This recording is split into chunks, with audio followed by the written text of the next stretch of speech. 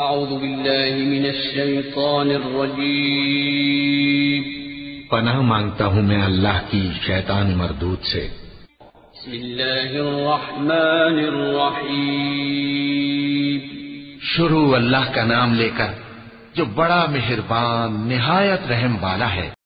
قد افلح من تزكى وذكر اسم ربه فصلى بل تؤثرون الحياة الدنيا والآخرة خير وأبقى۔ بے شک وہ مراد کو پہنچ گیا جو پاک ہوا اور اپنے پروردگار کا نام لیتا رہا اور نماز پڑھتا رہا۔ بات یہ ہے کہ تم لوگ تو دنیا کی زندگی کو ترجیح دیتے ہو، حالانکہ آخرت بہت بہتر اور ہمیشہ باقی رہنے والی ہے۔ السلام علیکم ورحمۃ اللہ وبرکاتہ۔ الحمد للہ نحمده ونستعینه ونستغفره ونؤمن به ونتوکل علیہ ونعوذ باللہ من شرور انفسنا ومن سیئات اعمالنا من يهده الله فلا مضل له ومن يضلل فلا هادي له واشهد ان لا اله الا الله وحده لا شريك له واشهد ان محمدا عبده ورسوله اما بعد فان خير الحديث كتاب الله وخير الهدي هدي محمد صلى الله عليه وسلم وشر الامور محدثاتها وكل محدثه بدعه وكل بدعة ضلالة وكل ضلالة في النار. قال الله تعالى في القرآن المجيد: أعوذ بالله من الشيطان الرجيم بسم الله الرحمن الرحيم ونفس وما سواها فألهمها فجورها وتقواها قد أفلح من زكاها وقد خاب من دساها. وعن النعمان بن بشير رضي الله تعالى عنه قال قال رسول الله صلى الله عليه وسلم: ألا وإن في الجسد مضغة إذا صلحت صلح الجسد كله وإذا فسدت فسد الجسد كله ألا وهي القلب. حضرات علماء کرام، جماعت ملت کے غیور بزرگوں، جبیل شہر پاس پڑوس کی بستیوں سے آئے ہوئے مہمان کرام، معزز سامعین، پیاری ماں اور بہنوں، عزیز بچوں، آج کا تاریخ 14 رمضان المبارک سن 1433 ہجری مطابق 2 اگست سن 2012 بروز جمعرات بعد صلاۃ تراویح اسلامی دعویٰ سینٹر جبیل کی نگرانی میں اجلاس عام کا انعقاد کیا جا رہا ہے، جس میں خطاب کے لیے موضوع دیا گیا ہے ماہ رمضان اور تزکیہ نفس۔ یہ موضوع بڑا ہی اہم ہے اور وقت کی ضرورت، کیونکہ آج کے دور میں بہت کم ایسے لوگ آپ کو ملیں گے جو اپنے باطن کی صفائی، اپنے قلب کی تطہیر پر دھیان اور توجہ دیتے ہیں۔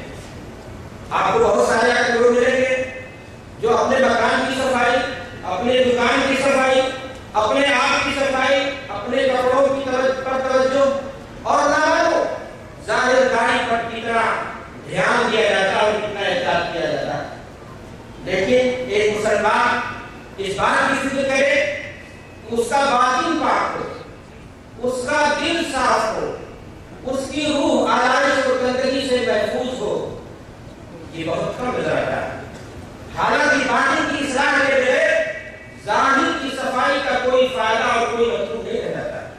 اگر آپ کا باطن صاف ہو جائے، آپ کا دل صاف ہو جائے، آپ کا نفس گناہ کی گندگی اور غلاظت سے محفوظ ہو جائے، تو پھر میرے بھائی اور دوستوں، اس کا اثر خود آپ کی زندگی پر اور آپ ہی کی زندگی پر نہیں، اس کا اثر سماج پر اور معاشرے کی اہمیت کے پیش نظر میرے محترم بھائی شیخ محفوظ الرحمان صاحب مدنی نے اس کی تعریف فرمائی. میں شکر گزار ہوں اس مکتب کے صدر حضرت الشیخ راضی صاحب حفظہ اللہ اور اس مکتب کے مدیر ناصر علی شمری صاحب حفظہ اللہ، مکتب کے دیگر اراکین اور متعاونین اور دعات، خاص طور سے ہمارے دوست اور ہمارے ساتھی شیخ مختار احمد صاحب مدنی، شیخ محفوظ الرحمان صاحب مدنی، شیخ افتخار صاحب اور دیگر ہمارے بھائی اور جو یہاں پر احباب ہیں، کام کرتے ہیں، میں سب کا شکر گزار ہوں کہ انہوں نے یہ حسین مجلس سجائی اور یہاں کچھ کہنے کا موقع دیا. دینی بھائی اور دوستوں، اس مختصر سی تمہید کے بعد میں اپنے موضوع کی وضاحت کرنا چاہتا ہوں. آج کا موضوع جیسا کہ آپ نے سنا، ماہ رمضان اور تزکیہ نفس. اس موضوع کو سمجھنے کے لیے آپ کو چند نکات پر دھیان اور توجہ دینا ہوگا. تزکیہ کا معنی اور مفہوم کیا ہے؟ تزکیہ نفس کی اہمیت اور ضرورت کیا ہے؟ تزکیہ نفس کے اصول، ضوابط اور تقاضے کیا ہیں؟ تزکیہ نفس آخر ہم کیوں کریں اور کیسے کریں؟ اس سلسلے میں نبوی منہج کیا ہے؟ تزکیہ نفس اگر ہم کرتے ہیں تو سماج و معاشرے پر اس کے کیا اثرات مرتب ہوں گے؟ ماہ رمضان اور تزکیہ نفس جیسا کہ موضوع کو خاص کیا گیا اس تعلق سے، اور دیگر باتیں بھی انشاءاللہ ضمن آئیں گی اگر آپ نے سننے میں دلچسپی دکھائی اور وقت نے ساتھ دیا. شروعات کرتے ہیں تزکیہ کے معنی اور مفہوم. تزکیہ کا لفظ عربی زبان کا لفظ ہے جو زکا لزکی سے ماخوذ ہے. زے کاف یہ اس لفظ کا مادہ ہے. اردو زبان میں بطور اس کے مشتق یہ لفظ استعمال ہوتا ہے. معنی ہے صفائی کرنے، نشو و نما دینے کے، بڑھانے کے. شرعی اصطلاح میں تزکیہ کا معنی یہ ہے کہ ایک انسان اپنے نفس کو گناہ کی غلاظت و گندگی سے پاک کر کے اس قابل بنا دے کہ وہ تکمیل کے مرحلے کو پہنچ سکے. اور اس معنی میں اگر آپ مطالعہ کریں کہ قرآن مجید کا، تو اس معنی میں قرآن مجید نے اس لفظ کو بیان کیا. خود رسول اللہ کے بعد میں نے آپ کے سامنے قرآن مجید کی آیت کریمہ میں اللہ فرماتا ہے وَنَفْسٍ وَمَا سَوَّاهَا، نفس کی پسند اور اس ذات کی پسند جس نے اسے ٹھیک ٹھاک کر دیا. فَأَلْهَمَهَا فُجُورَهَا وَتَقْوَاهَا، اور اس نفس کے اندر حلائی اور برائی دونوں چیزیں کیا کر دی؟ وضعیت کر دی. قَدْ أَفْلَحَ مَنْ زَكَّاهَا وَقَدْ خَابَ مَنْ دَسَّاهَا. کامیاب ہو گیا وہ انسان جس نے اپنے نفس کا تزکیہ کر دیا، اور ناکام ہو گیا وہ انسان جس نے اپنے نفس کو آلودہ کر دیا یا اپنے نفس کو دبا دیا. میرے بھائی اور دوستوں، علامہ زمخشری رحمہ اللہ ہے اس آیت کی تفسیر میں تزکیہ کے لفظ کی تشریح کرتے ہوئے فرماتے ہیں کہ التزکیہ ہی الایماء والاعلاء بالتقوی. تزکیہ کسے کہتے ہیں؟ تقوی کے ذریعہ، اللہ کے خوف کے ذریعہ، اللہ کے سامنے جواب دہی کا احساس جو ہے وہ آپ کے اندر پیدا ہو جائے. اس چیز کے ذریعہ شخصیت کی تعمیر اگر آپ کر رہے ہیں تو آپ تزکیہ نفس کر رہے ہیں. اور تزکیہ کیا ہے؟ سارے طریقہ کے اندر دوسرا لفظ تزکیہ کے مقابلے میں تزکیہ بولا گیا ہے جس کے معنی ہوتے کرانے. اور تزکیہ کی تعریف انہوں نے فرمایا کی ہے کہ والتزکیہ ہی النفس والاکفاء بالفجور، کہ نفس انسانی کو جسے گناہ کی غلاظت و گندگی سے دور ہونا چاہیے، آپ اگر گناہ میں ڈبا دیتے ہیں، اس کو فجور کے کام کرتے ہیں اور نفس کو آپ دبا دیتے ہیں، نفس کو آپ آلودہ کر دیتے ہیں، تو یہی تزکیہ ہے جو آپ کے لیے ناکامی کا کیا ہو جائے گا؟ باعث ہو جائے گا. میرے بھائیو دوستوں، تزکیہ نفس کے دو پہلو ہیں. ایک ہے پہلو مثبت کہ انسان شخصیت کی تعمیر کرتا ہے مثبت انداز سے، عبادتیں کرتا ہے، نیکیاں کرتا ہے، بھلائی کا کام کرتا ہے، صدقات و خیرات کرتا ہے، اچھے کاموں میں بڑھ چڑھ کر کے حصہ لیتا ہے. لیکن تزکیہ کا دوسرا پہلو بھی ہے کہ آپ کو صرف نیکی نہیں کرنی ہے، آپ کو گناہ سے نفرت ہونی چاہیے، آپ کو گناہ سے دوری ہونی چاہیے. آپ گناہ سے دوسری طرف اجتناب کرتے ہو تو ایسی صورت میں مکمل طور سے آپ صحیح معنی میں اپنے نفس کا کیا کرنے والے ہوں گے؟ تزکیہ کرنے والے. میرے بھائی اور دوستوں، قرآن مجید کا اگر آپ مطالعہ کریں گے تو تو یہ بات واضح ہونے میں دیر نہیں لگے گی کہ اللہ تعالیٰ نے نفس بشری کے اندر دونوں صفتیں پیدا کی. ہر انسان کے اندر اللہ تبارک و تعالیٰ نے خیر کا پہلو اور شر کا پہلو دونوں پیدا کیا. اللہ تبارک و تعالیٰ نے ہر انسان کے اندر، ہر انسان کی طبیعت میں یہ دونوں پہلو رکھا ہے.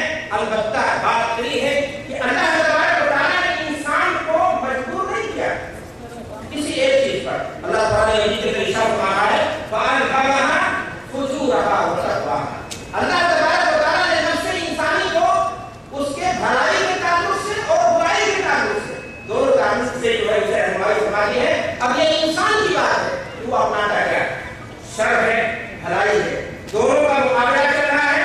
دونوں نے کس کا ساتھ دے کر کے دوسرے کو دبانے کی کوشش کرتا ہے. اگر وہ بھلائی کے ساتھ کھڑا ہو کر کے برائی کو دبانے کی کوشش کرتا ہے تو ایسی صورت میں وہ اپنے نفس کا تزکیہ کرنے والا ہوگا اور ایسا انسان آخرت میں بھی نہیں دنیا میں بھی کامیاب ترین انسان ہو جائے گا. میرے بھائی اور دوستوں، میں نے آپ سے کہا کہ نفس کے اندر اللہ تبارک و تعالیٰ نے دونوں صفتیں پیدا کی. اللہ تعالیٰ نے حدیث کے اندر ارشاد فرماتا ہے وَهَدَيْنَاهُ النَّجْدَيْنِ، ہم نے انسان کو نیکی اور بدی کے درمیان امتیاز کرنے کا سلیقہ دیا. تو اب آپ دیکھیں کہ ایک انسان نیکی اور بدی کی کشمکش میں نیکی کا ساتھ دیتا ہے یا بدی کے ساتھ دیتا ہے؟ کس کے ساتھ کھڑا ہے؟ اگر وہ نیکی کے ساتھ کھڑا ہوتا ہے تو وہ نفس کا تزکیہ ہے، اور اگر وہ بدی کے ساتھ کھڑا ہوتا ہے تو پھر ایسی صورت میں وہ تزکیہ کا ارتکاب کر رہا ہے جو اس کے لیے دنیا کے اعتبار سے بھی اور جو اس کے لیے آخرت کے اعتبار سے بھی دونوں اعتبار سے اس کے لیے کیا چیز ہو جائے گی؟ نقصان دہ ہو جائے گی. آئیے اس کو ایک مثال سمجھیں. آپ نے ایک مثال کو دیکھا ہوگا. ایک کسان کوئی پودا اگاتا ہے. پودا اگانے کی صورت میں آپ دیکھ رہے ہیں کہ اس پودے کے ساتھ اور چیزیں اگاتے ہیں، لیکن اگر وہ کسان ان سارے پودوں کو جو اس کا مطلوبہ پودا ہے اس کے ساتھ چھوڑ دے جو خودرو پودے ہیں تو وہ خودرو پودے زمین کی انرجی کو کھا جائیں گے، زمین کی طاقت کو کیا کریں گے؟ بانٹ لیں گے. لیکن کسان کیا کرتا ہے؟ جس پودے کو اس نے لگایا ہے اس کو سنوارنے کے لیے، اس کو غذا فراہم کرنے کے لیے، اس کو مزید سے مزید تر آگے بڑھانے کے لیے ایک کسان کیا کرتا ہے؟ دوسرے پودوں کو اکھاڑ کر کے پھینک دیتا ہے. میرے بھائی اور دوستوں، کسان کا یہی عمل تزکیہ کرا پائے گا، یہی عمل اس کا تزکیہ کرانا پائے گا. اور اگر وہ ایسا نہ کرے تو پھر ایسی صورت میں شر وہاں کیا ہو جائے گا؟ خیر کے ساتھ بھاری ہو جائے گا. یہ بات بڑی بات ہے. آپ جانتے ہیں کہ اللہ تعالیٰ نے حضرت انسان کو کس لیے پیدا کیا؟ وما خلقت الجن والانس الا ليعبدون. اللہ تبارک و تعالیٰ نے انسانوں کو پیدا کیا ہے کہ عبادت کی. یہ بات بھی نہیں آتی ہے کہ اللہ تبارک و تعالیٰ نے انسان کو بہت ہی خوبصورت سانچے میں پیدا کیا ہے. اللہ فرماتا ہے لقد خلقنا الانسان فی احسن تقویم.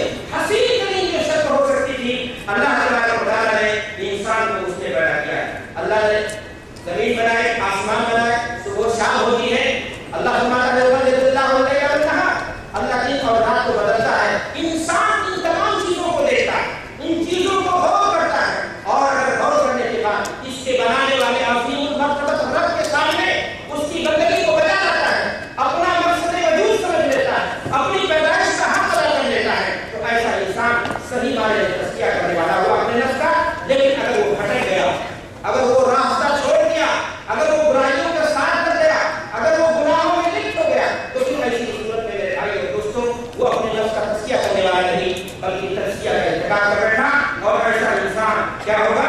برباد ہو جائے گا. معلوم یہ ہوا میرے بھائیوں کہ ایمان کے ساتھ، شعور کے ساتھ نیکی کو اختیار کرنا، نیکی کو غالب کرنا اور بدی کو ترک کرنا، برائی سے اجتناب کرنا، برائی کو دنیا سے مٹانے کی کوشش کرنا، یہی عمل ایک انسان کا کیا ہے؟ تزکیہ ہے. میرے بھائی اور دوستوں، میں آپ سے یہ عرض کرنا چاہتا ہوں